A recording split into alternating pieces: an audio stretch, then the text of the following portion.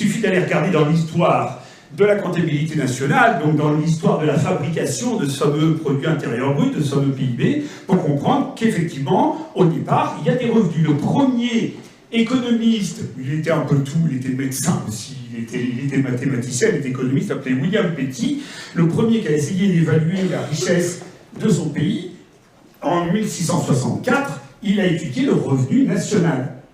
Un autre, que vous avez peut-être rencontré, qui s'appelait François Quesnay, les physiocrates, ça vous dit un truc peut-être, le premier tableau économique, la première mesure de la richesse, c'était François Quesnay, c'était en 1766, on n'avait pas encore même inventé l'économie, puisque si vous avez fait l'économie, vous savez que le père fondateur de l'économie, c'est Adam Smith, et que c'est 1776. Donc avant même que l'économie existe comme science, soit installée comme science par Adam Smith, on a Quesnay qui fait les premiers tableaux. Mais les premiers tableaux de quoi? Les premiers tableaux de revenus.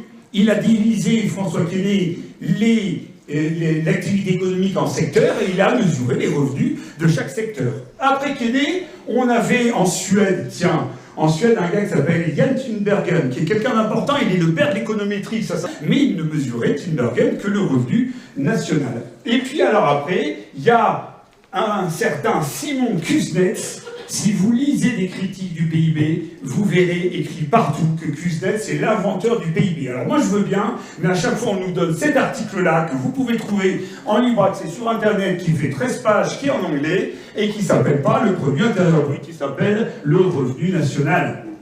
Et si vous faites rechercher, vous voyez apparaître sur 13 pages 150 fois le mot revenu et 5 fois le mot produit. Et même pas intérieur brut. C'est en anglais, c'est même pas gross domestic product, c'est produit de la société, produit du système. Mais il n'y a pas de PIB là-dedans. Bon, il n'y a pas de PIB, mais on était en train de le penser.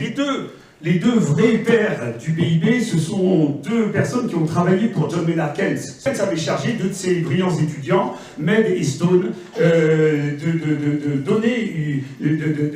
d'élaborer des agrégats économiques fiables, sérieux, et c'est eux, pour la première fois, qui ont donné la définition du produit intérieur brut selon les trois approches que je vous ai montrées tout à l'heure et qu'on enseigne systématiquement. Le PIB, c'est de la richesse, c'est-à-dire une sorte de valeur ajoutée, ce sont des revenus, et ce sont une approche par la demande, c'est-à-dire une sorte de consommation, d'investissement, etc.